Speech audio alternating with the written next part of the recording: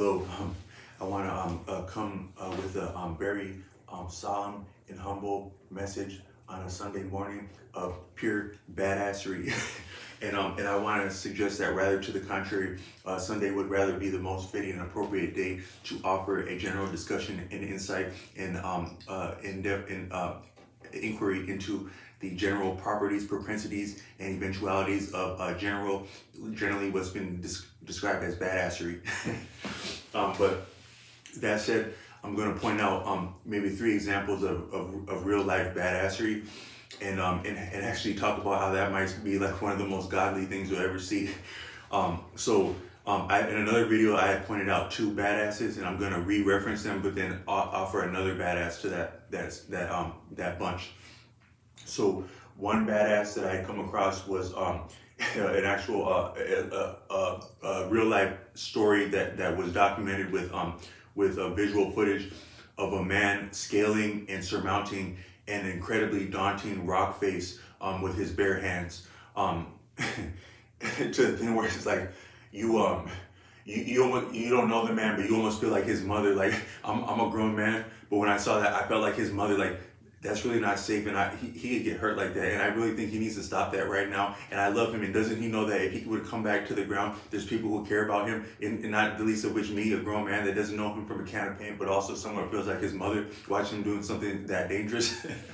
But the man made it all the way. He climbed up this daunting rock face, and then when he got to the top of it, he got up over it to where some bystanders had been viewing the cliff from the the relative safety and advantage and indulgence of a scenic tourist stop and advantage over a cliff face that he came up under them, having scaled it with his bare hands, and then enjoyed the view with them from the top in relative safety. So the man did make it to relative safety.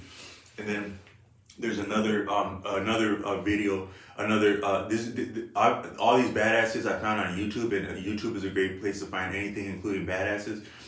So then there was another video of a man who there was I think it might have actually been two men that were I don't know what the term for it is, but they were deep sea divers that would do so on their own breath. I think, if I'm not mistaken, they may or may not have had some type of little support, but the way I appreciate it is that they were going off their own breath, or if not their own breath, like they had something that would like share their own breath with themselves. So they weren't having the benefits of any kind of like oxygen equipment, but they might have had like some type of little mechanism that helped them get the best of their own breath. But they had like a team with them that went to like this area in I'm not sure what part of the globe it was, but it was a waterway that is known to be frequented by great white sharks, and it was yet frequented by them when they were there. And so they went with like a team that was going to support and document their experience of diving with the intention of diving, meeting, and joining great white sharks in swimming with their bare hands. And they might have had I think they might have had flippers. So I think, because I don't think they could reach that great of depth and then also join the sharks and then reach the surface without the benefit of flippers. So they may have had flippers, and I know that they were the main man was a Frenchman. So Frenchmen, Portuguese men, and I might even throw in like Colombian or Cuban men. They already have an unfair advantage over all of us. Like, and then if you add like musicality to that, then they're crushing us, and it's not even fair. But then if you take a Frenchman who is a deep sea diver, I wouldn't want him and his voice anywhere around me or a person that I felt attracted to, just to put it like that. So the greater aspects of like character and appeal and appearance and badassery that we all would like to enjoy about ourselves with other attractive people, it's difficult to emulate them without some kind of like without some kind of experience to go with that. And I think I've made other videos about how like a lot of different forms of adventurism, or maybe like people looking for hardship and conflict in order to what they're leaning towards cultivating that some of these greater dimensions of a human being that come out through challenge. And I don't think there's anything wrong with that. And what this very man might have been doing may have actually been a form of adventurism, if I'm being honest. All these, except for the latter that I'm going to mention, may have been forms of adventurism. However, when we can find an equitable way where we're not we're the only person we're putting in danger might be ourselves, or we're really challenging ourselves, where it can be argued that maybe these men doing these dangerous stuff had families and people that love them. No less than a someone I had to call too. No, no less than a grown man feeling like a person's mother because they're putting themselves in so much danger that care about them. The author Arthur Avalon says that all things in all this universe, each degree of this universe is dear to at least someone or something else. So I wanted to point that out about dangerous stuff, is that whatever danger we come across, in the latter example, there are there are people and families that are affected by all forms of danger. I would imagine, and so not least of which ourselves. In a certain way, we're family with ourselves. Like we have our own we experience life with ourselves, and we have our own life in our own hand. And so to affront or to place oneself.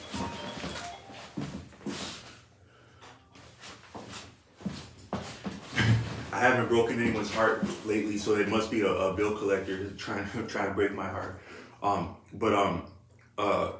So danger is not something to trifle with, and also like putting ourselves in danger. That's also an affront against ourselves sometimes, and that's as egregious as affronting anyone or anything else from that standpoint, because we are yet agents within a broader and beautiful universe, and we ourselves are also members and endeared to that universe, and so though we fall under the scope of our own purview, authority, and choice making, to affront ourself is also equally to affront the universe, because ourself, our welfare, and our happiness is a part of this universe. So I wanted to point that out.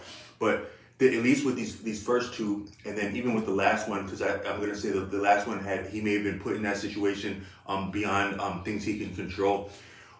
These people were more so challenging themselves, and they weren't putting other people in danger unnecessarily to gain some of these features of badassery. So those men had challenged themselves. And then what the last one is, there was a video that surfaced recently of I'm not going to point out what allegiance the person had, but it was a military conflict where a very young man, what I think like in an older military term you might call him like a lad, but also the strength of a lad, was fixed in battle position, no less than a trench, accompanied by only a very older man, much his senior and much too old to be suited for an embattled position, from my civilian perspective. And then that other man had reached that front. According to the comments in the video, that older man had been placed there as like maybe his first day on a front line post. So the older man had already was experiencing maybe for the first time the shock and the trauma of a combat situation. Yet within that, he was strong enough to follow the directive of a lad, much his junior, and just simply deferring to directive in that sense. And that's yet profound, because he's following the directive of a person younger, but also recognizing the strength of a person younger. And I would say there's an equal strength in that, both of the older person to recognize that and the younger person. And then this young person, this lad, successfully defended himself and the older man from what in the comments of the video, no less than 12 combatants of a different allegiance in a combat situation that were not aware of the of how small of numbers the two of them had, and that somehow the young person by varying the weaponry he was using with the assistance in the loading of the older man, they gave the appearance of being more formidable. Maybe you could say they were more formidable by ranging the artillery they were employing, but they made the appearance of being more formidable, and which played into the confrontation, because as someone in the comments said, they may have been sooner overran had the opposing combatants realized what their real situation was. So, but that's also part of even this film, this very video of badassery, is that appearance is not outside of the realm of what's effective and what's what can actually be a part of surmounting a difficult circumstance. Appearance is no less powerful or consequential than an actual piece of equipment in a confrontation or any other means of us fashioning our survival through and beyond difficulty. Appearance is very can be vital, and that's across military, civilian. Appearances is quite uncanny in how effective or how much of a detriment it can be, whether we employ it to our advantage or not. And this lad, grown man and military hero from his side's perspective, to be more appropriate, this young person, he recognized that and he employed that, and he actually showed us something. And in a certain sense, sometimes actually being somewhat playing to appearance might actually be more effective and heroic than simple honesty would have been. If he would have said, "Hey, yo, it's only two of us, man. I just want to honestly tell you, man, it had only been two of us here," they may have been obliterated or turned into POWs at the spot by being completely candid and forthright and honest. So sometimes using appearance can be more effective in honesty than honesty itself. But all I meant to say is that the man protected himself and an older person from at a severely disadvantaged position, and then on top of that, there was no mobility in that position because they were inside of a trench. Which it's been said that one of the greatest crimes, the greatest war crimes, is besiegement, like to besiege a position. Anyone who's experienced hardship can know how daunting and difficult and horrifying it can be to be holding a fixed position while confronted with a greater, what seems like a greater force, and having to manage such a situation as being one of the most painful and horrifying things that a human being can experience. Being besiegement, and then trench warfare and battle is probably one of the most salient examples of that, as one of the most awful things that a human being can experience. And these two people, that young person and that older man, experienced that together and yet survived that. And what I want to point out is that within that dynamic, it was pointed out by people viewing the video, the young person was he was screaming like what would sound like combat, like communicating during combat, where it might sound like he was like frustrated and desperate at the same time. But someone pointed out that he was actually communicating what he needed, and he was also like saying thank you to the older person as he did so. So if it wasn't great enough that he protected himself and another man from an embattled, entrenched position of far greater and more mobile opposition, he yet did so with honor and deference to his senior, notwithstanding his greater strength and efficacy in that position in that moment, but yet he still honored and deferred to seniority. So I wanted to point that out as equally badass as what their situation is. And I also want to point out that there's nothing really cool about fighting in violence, whatever the precipitating circumstances is. And that video showed another soldier, a couple soldiers from the opposition actually fall in that moment. And then I don't know what became of the other great number of forces that were against them. But I want to salute those people who lost their lives to their own nation and their own cause, as no less in the greater sense, as no less daunting than any other. So there can be heroism and grief and loss and pain and valor on both sides of any conflict. And I want to just point out all these men, in that it's a damn shame that this is happening for anyone in the first place. But in a situation, sometimes we have to simply survive where we're at with what we have. And so this man, him stepping up like this, it showed a lot of courage and also deference, which I would view that as being valor in the most salient example if I had to.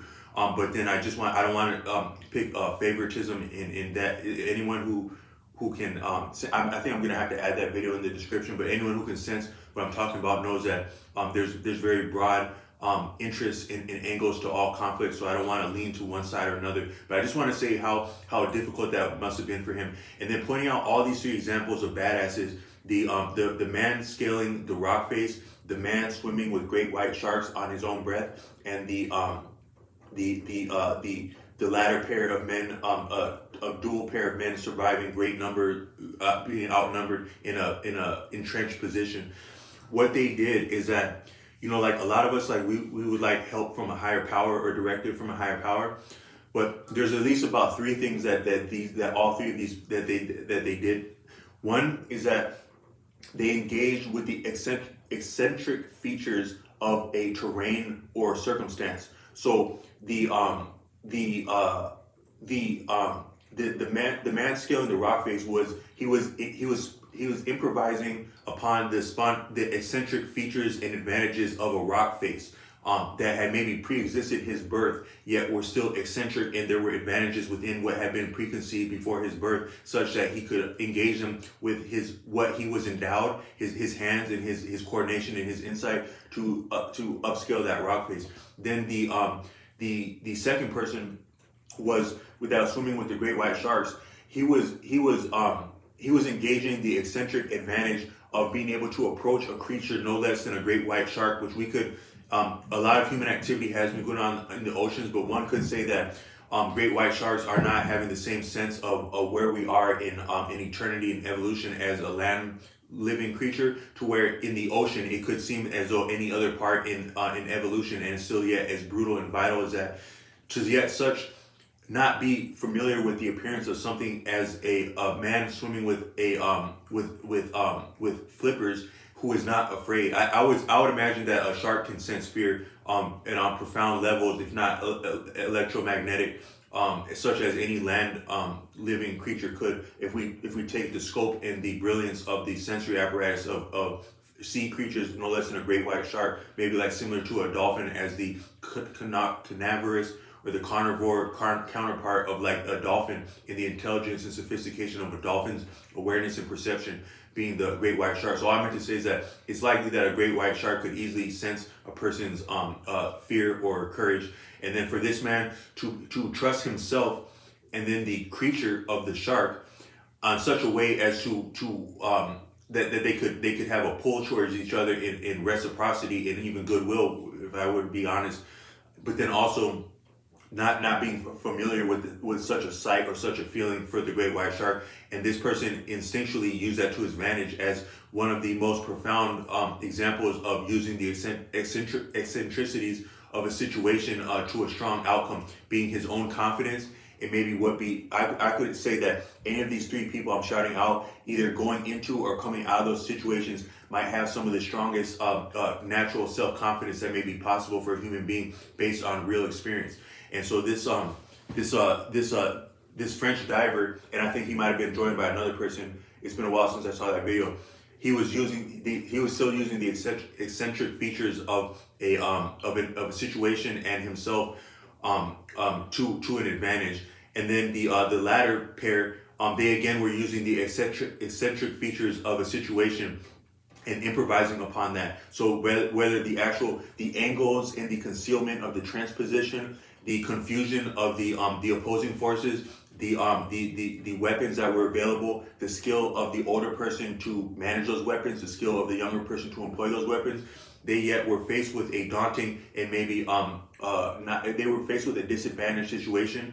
All of these three badasses, in one way or another, you could say they were disadvantaged in some way, and yet they used the eccentric features of an environment that is, i.e. means that is an environment, i.e. circumstance, to their advantage with ingenuity, confidence, and yet the last thing I want to say is employing their unique endowment. So the man scaling the rock face, he was gifted with the eccentric features of the rock face, and he was also gifted with his own endowment, being his strength, his dexterity, his coordination, his balance, his insight, his courage, all that being his endowment. And then with the diver, his endowment being his capacity to hold his breath, his self-confidence, his trust of himself in the shark, his ability to swim, his insight about what's safe, what's not, what's go, what's not go. And then the latter pair, their endowment, the endowment of the young person of his insight and his ability to think on his feet, but then also the equipment that was available to him and how he engaged with that. The older person, and then maybe his endowment of just simple faith and following orders. we talk a lot about like improvising. The younger person was strong for improvising, but the older person was as equally strong for following directive under challenge. There's something to be said for following directions under challenge, and that person showed us that. The YouTuber King Noble pointed out that a lot of like higher education, like right now I'm flirting with higher education. It can amount to the ability to follow instructions first and foremost above anything that has to do with intelligence or a sophistication or even talent. Just can you simply follow directions? Can you simply complete something that's assigned to you? That might be the key to all forms of intellectual accomplishment, even some artistic accomplishment, like working with a tutor in maybe art or something, or many different fields and disciplines. Can you follow instructions as they're given?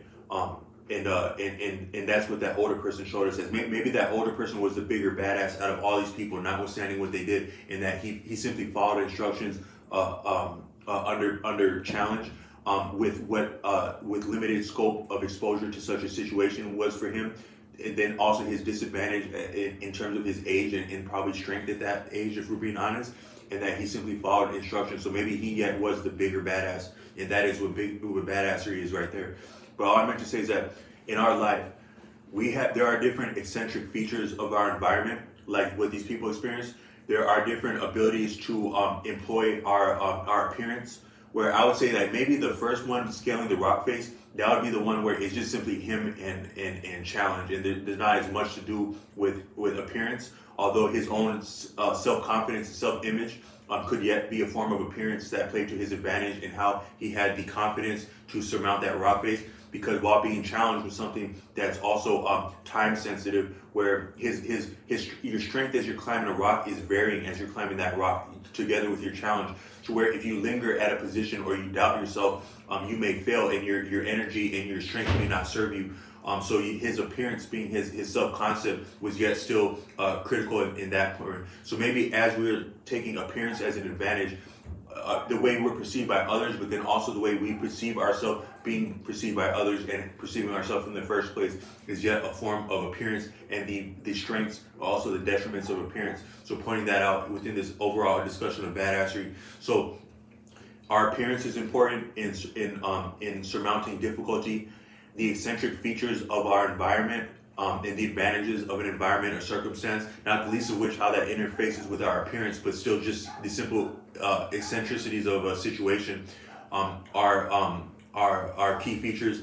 And then our endowment coming into a situation, be our strength, our advantage, our ability to improvise with the situation itself. Those are very important features of badassery. As I'm just pulling out a detailed list right out of my backside with this video, but to say maybe if we can approach badassery in three principles based on the words that are coming out of my mouth. Can you hear the words that are coming out of my mouth that are yet new to me as I'm saying them? Would be our appearance, the eccentricities of a circumstance, and our endowment coming into and coming through a circumstance, and maybe how we would reflect on a circumstance coming past it, and then further adjust, being yet part of the endowment, as being very salient features in real badassery. And so what that has anything to do with church and making this video on a Sunday is that we are in this life, we are given countless eccentricities of what we could consider would be a higher power all around us.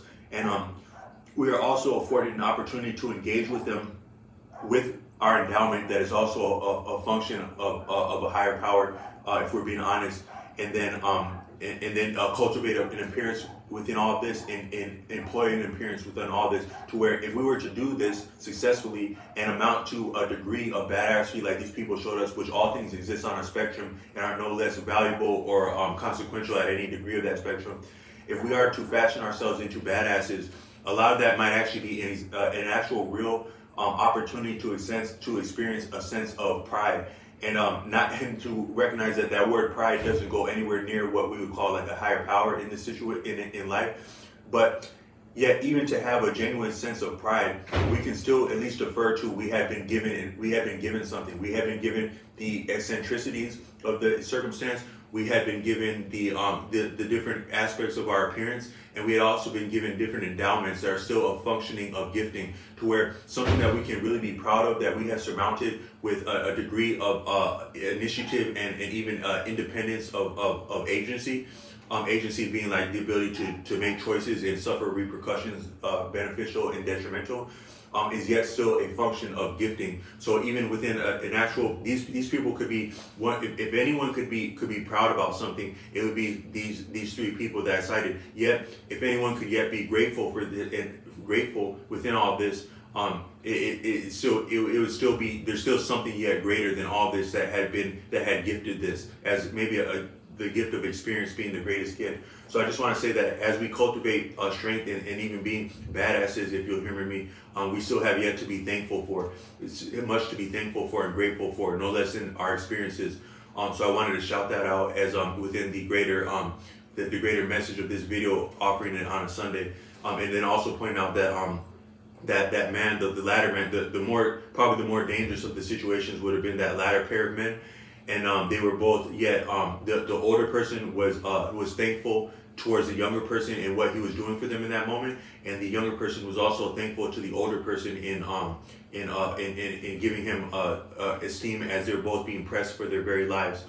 So just shout out to all those people, and like I said, shout out to all people on all sides of conflict, because there's two sides of all stories, and we all put something in the pot, both beautiful and not so beautiful. And then we all get different things out the pot, both beautiful and not beautiful. So just recognizing that no person, and maybe dare I say no cause is completely perfect in itself. But if we work with the causes that are about us, and we have have spontaneity with eccentric features of circumstance, we embrace and celebrate our endowment, and we also cultivate our appearance with insight and forethought, and enjoy what comes with our appearance.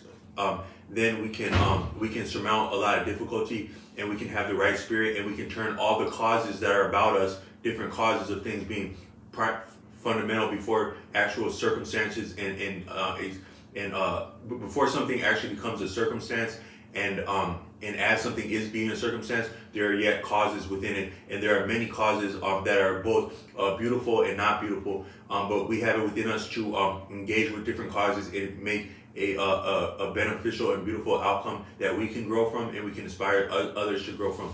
So I hope this one lands good on a Sunday, and I commend everyone to be a badass, and I think we really don't have any choice. Come what may. We're in this life, and we are to become thankful badasses in this life. Peace.